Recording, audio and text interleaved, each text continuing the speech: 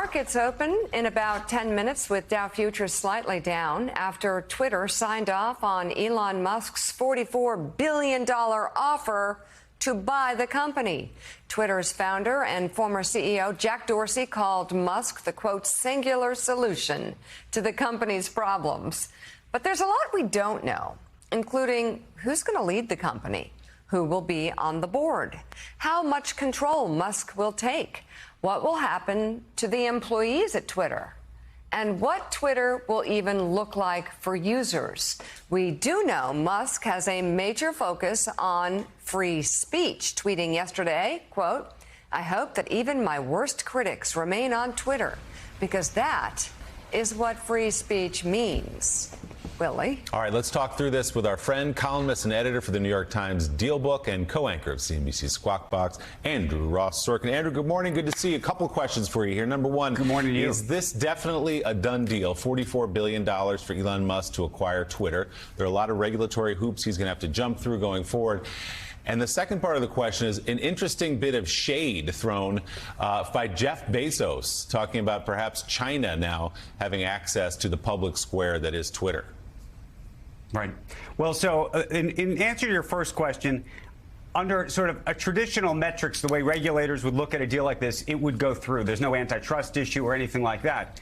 However, I think there's going to be a real conversation in Washington about the transaction, likely not going to block it in any real way, though, about the issue you just raised, which Jeff Bezos was tweeting about last night, which is to say Twitter doesn't have a business in China, but Elon Musk does have a business. In fact, it's its second largest business. And we have seen over the years the influence that the Chinese have used on American businesses across the board. And so there is a question mark, at least out there today, about whether that influence could be used if, for example, there were people tweeting things that the Chinese found objectionable, whether they'd call up Elon Musk and say, you need to change the algorithm to fix that. There were reports several years ago, by the way, that Elon Musk himself actually was upset about some coverage on social media in China, and he actually went to the government, according to these reports, to have those removed. So when we talk about free speech, I think there's lots of questions here about how this ultimately will all look.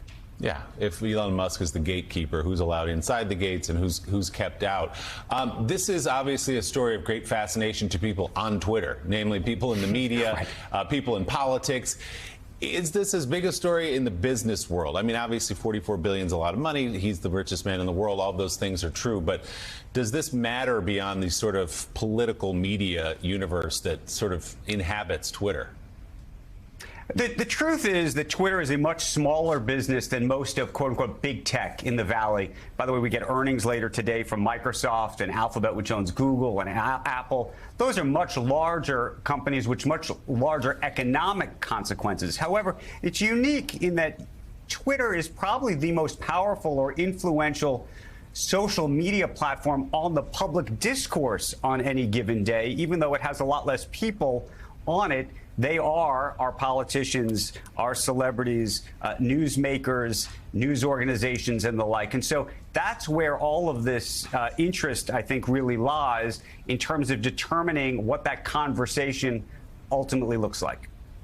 So what do we know about how Elon Musk perhaps conducts his other businesses, about his personality, that would tell us about the kind of impact he could have on Twitter, whether or not he would perhaps put Donald Trump back on the platform, or would he try and, shape it in a way if there's an unflattering picture of him with someone who is a criminal or something, someone standing next to someone who has done nefarious things, would he have that picture taken down? Like, what do we know about what he's done in the past that might give us some insight? I'm going to try to give you the most balanced view I can, which is to say that one of the things that he's talked about, and by the way, we've talked to people in the former Obama administration and others who praised him for this, about opening up the algorithm so that the public can see what the algorithm's doing. Why are you seeing what you're seeing? What's being blocked or downranked? And that goes far beyond, by the way, what Facebook and Instagram and others have pledged to do or even been asked to do by regulators. And that could do a lot for trust. One of the things he said over and over again is he wants the platform to be a place that people trust, that they understand. So let's put that on one side of the story.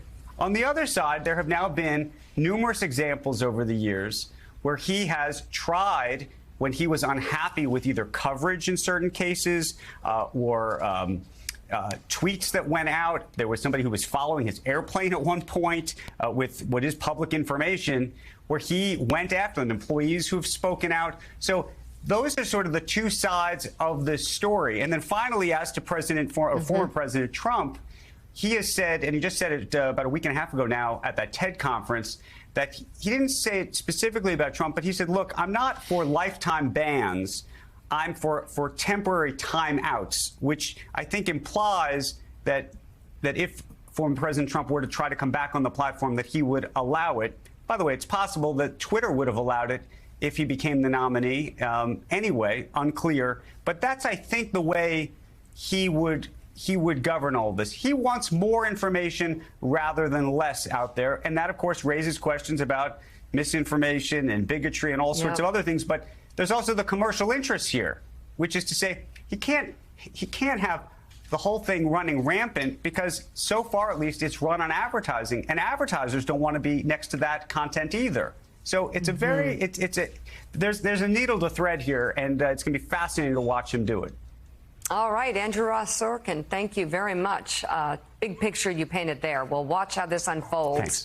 Thanks.